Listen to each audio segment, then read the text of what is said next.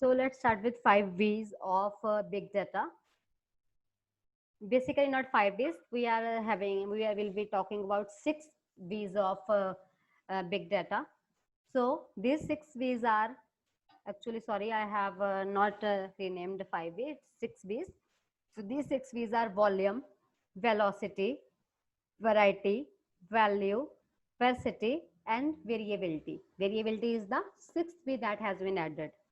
Earlier, if we search on internet, you maximum time you will find 5 V's, but we will be talking about 6 V's because now 6 V's and even more than 6 V's are there. So firstly is your data quantity, that is your volume. So volume is an obvious feature of big data and is mainly about the relationship between size and processing capacity. This aspect changes rapidly as data collection continues to increase, just like the IT capacity for storage and processing. So if we talk about velocity, so velocity is a measurement of something. That is, it is measurement of speed. It says data value may be temporary of data, or big data is rapidly changing. It is changing rapidly. So we talk about speed over here. And if we talk about a variety, then variety says different type of data: structured, unstructured, semi-structured. And this data may be GPS data, medical data, instrument data, graphics data, and other types of data. That's why we call it about variety. That is different data types. Next we have values. Under value, we have meaningful insight of something, the meaning of the data that we are processing, meaning for that. This way describes the value you can get from which data and how big data gets better results from the stored data. Next is veracity. So veracity is quality of the data. Data quality should be very good. For the timing, think in your minds about veracity. Later on, I will be asking about some example of veracity. So variability, it says to what extent and how fast the structured data is changing. It comes the variability of the data. So let us discuss about these in detail. So volume refers to the total amount of data. In this, few examples are Facebook ingest 500 terabytes of new data every day. Boeing plane, if it is running a single flight from Delhi to US, then it will be generating 240 terabytes of flight data during a single flight across the US. So see, the huge amount of data is being created by this plane. And the smartphones, the data they create and consume. Sensors used in the data embedded into everybody objects. It will also result in billions of data, constantly updated data feeds containing environmental location and other information. There is one more example of Walmart company. Walmart is a company with an incredible amount of data, is building the largest private cloud in the world. So if the question comes to you somehow, which says which is the largest company that is incredibly creating amount of data and who is investing in the largest extent in cloud, then it is the Walmart company. So it is generating huge amount of data that is building the largest private cloud in the world to handle large amounts of data per hour. With the Data Cafe program, they model, manipulate, and visualize this information to gain insight into their shoppers. A practical example is during Halloween season, sales analysts could see that although a special new cookie was very popular in most of the stores, there were 2 stores where it was not selling at all. This was quickly picked up on and immediately. When you talk about big data, people often only they think of volume, but there are also the 5 other V's that can help more about this data. So next we have volume. This is the rise which we have considered example at a later earlier stage also about zettabytes of data from EMC. And then we have velocity. So velocity is a measurement of the temporary value of data. Big data is rapidly changing. Therefore, we need to process structured and unstructured data streams quickly. To take the examples of geolocation data, perceived hypes and trends, and real-time available market and customer information. Velocity involves the condition that you need to process your data within minutes or seconds to get the result. It means how quickly we can access the data, how fast data is coming in, and how fast we are to access that data. So emails generating 204 bytes, 640 bytes of IP address transferred. Then it is generating 60 gigabytes of data generated at large hardened corridor. Then it is generating 30 hours video uploaded, more than 50 hours, 1.3 million views, 6 million Facebook users connected, 3+ million search launched. So this is velocity. Here we have measured how fast data is being generated. Data generated in 1 minute in the digital world. So then we have variety. Variety says different types of data: structured, semi-structured, and unstructured data that is being stored and still needs to be processed and analyzed. New types of data from social networks and mobile devices, among others, complement existing types of structured information. Let us consider the example of audio, video files and video, GPS data, medical files, instrumental devices that measure something like temperature, weather, and then graphics, web documents, bonus cards, internet search behavior, and many more types. So unstructured data such as voice and social media make processing and categorizing data extra complicated. The data is becoming complex. So how will you ensure that you are taking the data that helps to target your audience? So you have to change, target your audience, type of data you are collecting from this. Under structured data, we have the data in the tabular form. In semi-structured data, we basically deal with JSON, that is Java, your large data variables, XML, CSV, TSV, and email. Unstructured is logs, audio, video, and image. That is totally multimedia.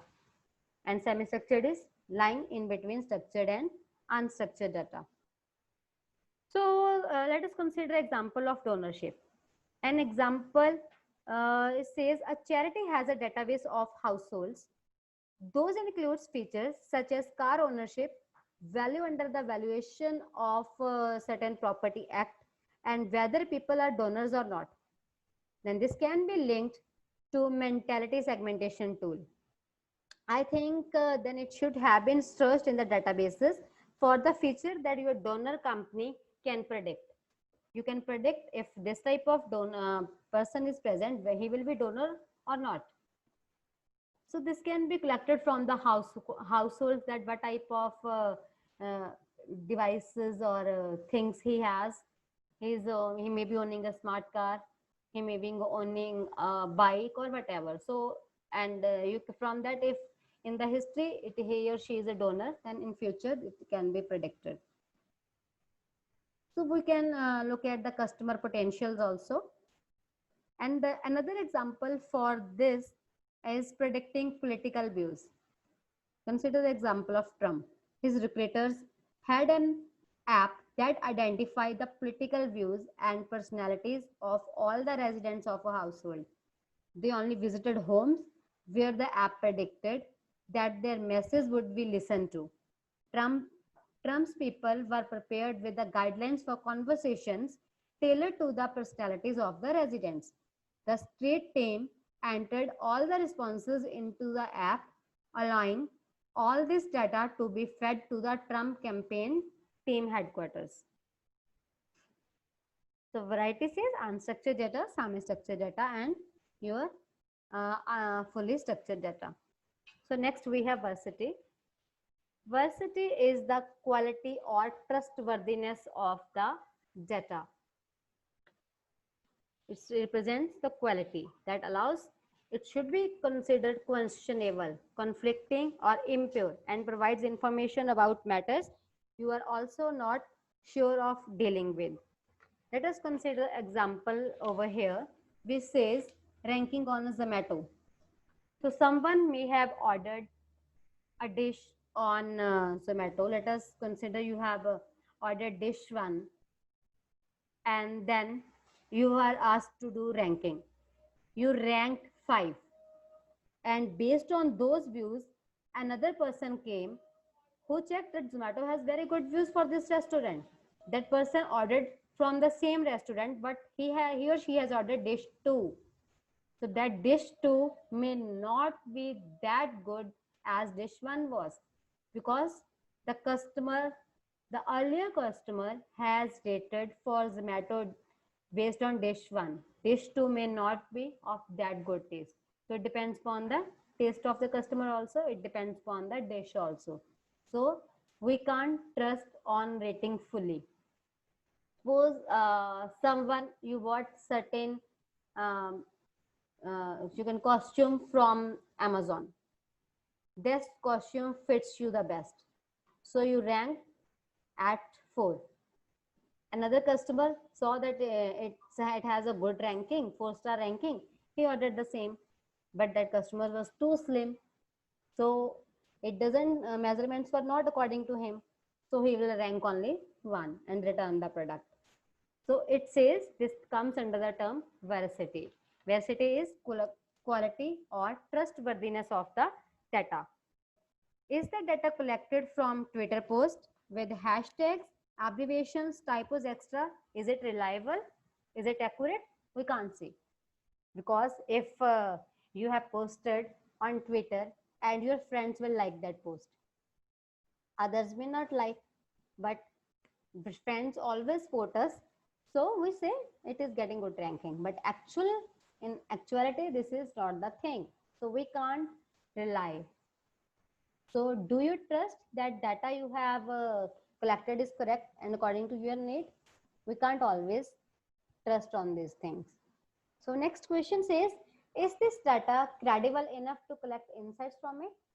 We have gathered data, but we are not sure that how useful it will be. Should we be basing our business decisions on insights gathered from this data or not? When processing big data sets, it is important that the validity of the data is checked before proceeding and processing. This is veracity. So volume matters, veracity matters, variability matters, each and everything matters. Next is the value. So the value describes the value you get from which data and how big data gets better results from the stored data. It refers to worth of the data being extracted. The bulk of data having no value is not useful to us. Data needs to be converted into something valuable to achieve benefits from that data. So let us consider example. If we have a database of a Dutch retailer, based on the specific customer information, the retailer decided which location for a new store would be the best connection with the target group. Enrichment allows you to make predictions. Customers also do the same. They choose the layout of the store and they offer to suit the specific wishes for potential shoppers. Also, a good way to value your big data is to work with personas. They give a name and face-to-face different customer groups and are very powerful way of making organizations more customer-oriented. Personas were devised because there was a need to profile the many website visitors, thus increasing the user friendliness and other sites. Also, we can calculate the total cost of processing big data and comparing it with the ROI that the business insights are expected to generate. Companies can effectively decide whether or not big data analytics will actually add any value to their business or not. Then we have variability. Variability is to what extent and how fast is the structure of your data changing. At the same time, how often does the meaning or shape of data change? For example, take the newspaper subscription benefit. An internet subscription costs 50 euros, a paper subscription 100 euros subscription, and a paper internet subscription 100 euros. One option is illogical. I'm repeating the option. An internet subscription costs 50 euros. A paper subscription cost 100 euros, and a paper and internet subscription again cost 100 euros. So one option is illogical. If you offer these options to people, most people will choose a paper and internet subscription because these two features come under 100 euros. And we have another subscription was which says only 100 euros. Let me share whiteboard here. So here I'm considering option 1 says you are doing internet subscription and its cost is 50. Second option says paper subscription which cost 100 euros. And third option we are saying both internet and paper subscription at the cost of 100 only. So in this case, all people will opt for the third one, both internet and paper, because it is costing as same as paper subscription cost. So in this case, we will be saying that one of the option is incorrect.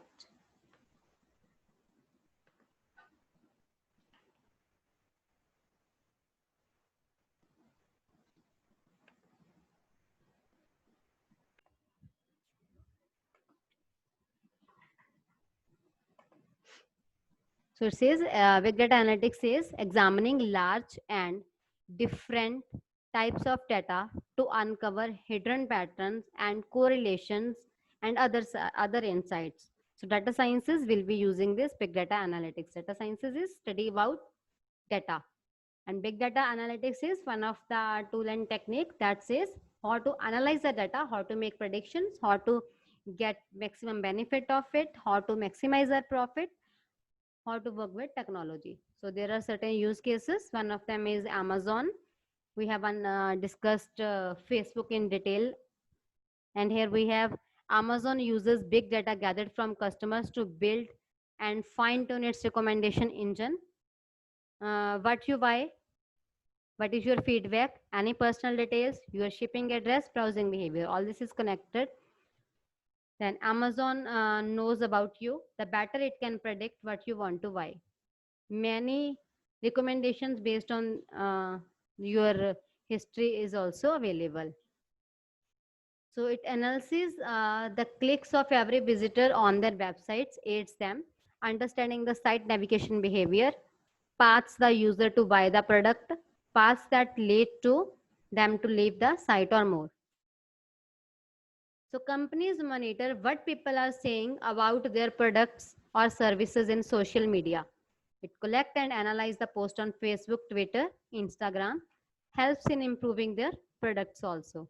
So IoT we have already discussed, so I'm not repeating this. Healthcare services, we all know big data healthcare patients. If we talk about latest example of COVID-19, that lots of data has been collected and the data analysis has been done to predict the disease, how long it is going to it can spread, how long it will take to recover. All those analysis has been set. If 14 years 14 days of quarantine period has been set, this is based on analysis. They have made the analysis from other countries. India has made the analysis from other countries. They compared that it takes 14 days for a patient to recover and to appear the symptom. That was what was it?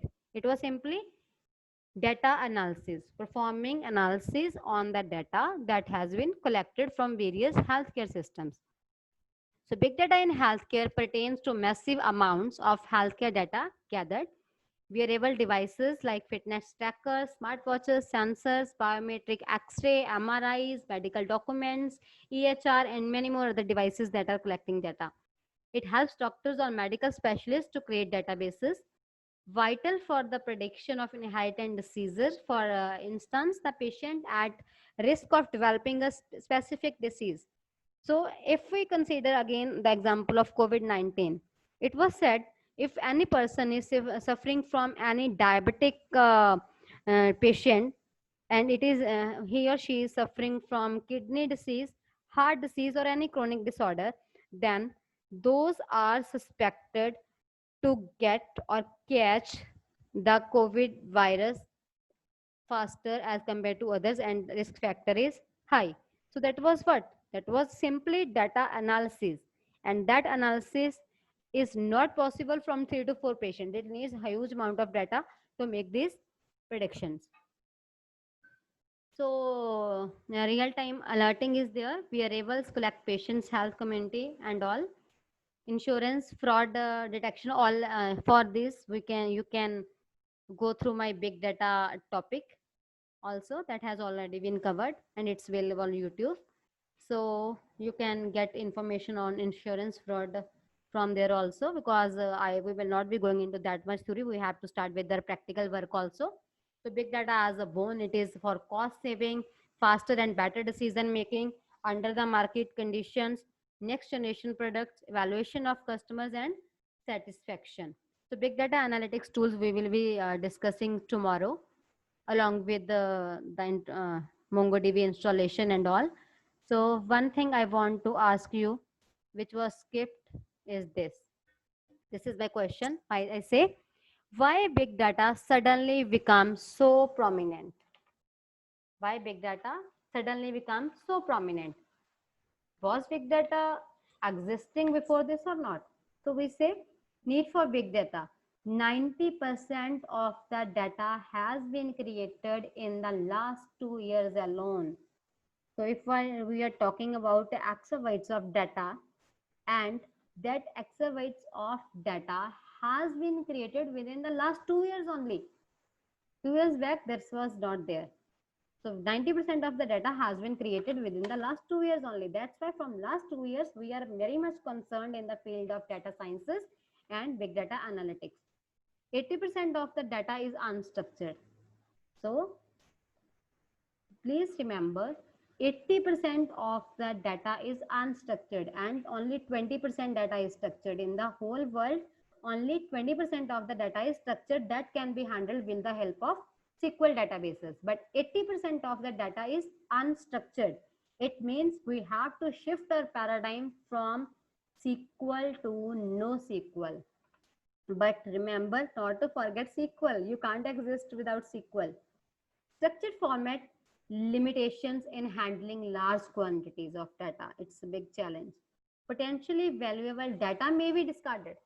So remember, while collecting the data, while performing big data analysis, don't discard the potential valuable data.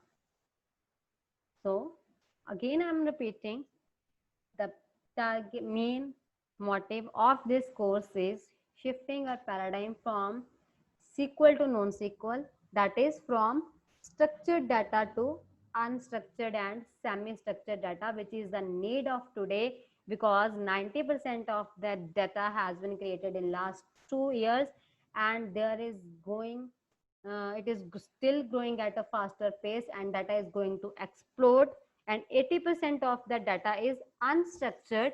It means unstructured data can be handled with the help of NoSQL databases only, which we will be learning during this course. So please be attentive during the course, and if you have any queries, I will be taking your queries.